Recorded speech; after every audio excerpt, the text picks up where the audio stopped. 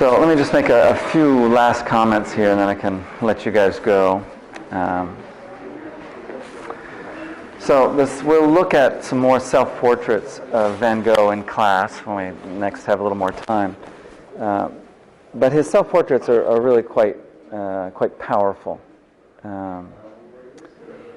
And sort of, I would say that he often has a very, I'm trying to think of it, I was going to say uncompromising look at himself. He's not like, I'll maybe show you a comparison with, there's a Delacroix, maybe I showed it to you already, a self-portrait by Delacroix, where he's like this kind of very handsome dandy, right? He presents himself in a way, wow, that guy's good looking and all this. And Van Gogh doesn't seem to fall into that trap of trying to prettify himself. And there's some paintings where, there's one especially, there are a couple of paintings where you see the bandage on his ear. So you know that this happened after his break with Gogh, with his self-mutilation.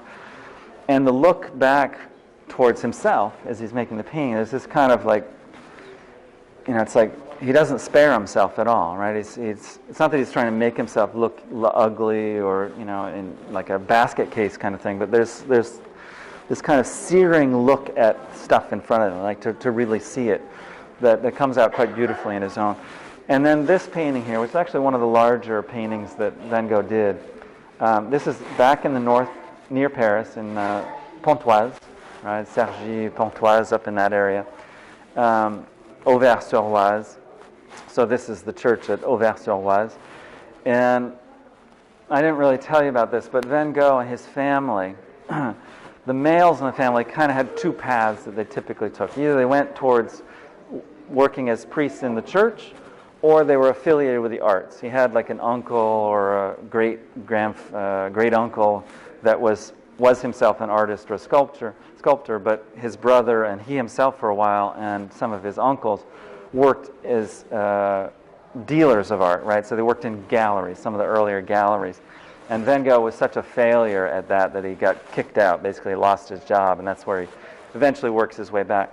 But what's interesting about this is it's a painting of a church, and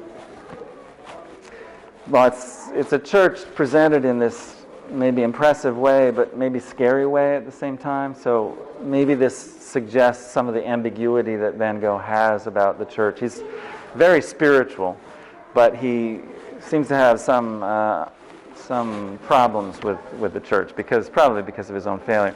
But it's interesting they should have these two paths in front of the church, right? It's kind of like there's no path that leads to the church, right? You kind of go around it, and which path are you going to take? There's kind of symbolically maybe an interesting choice on his part. And then these amazing blues in the background that jump forward for us.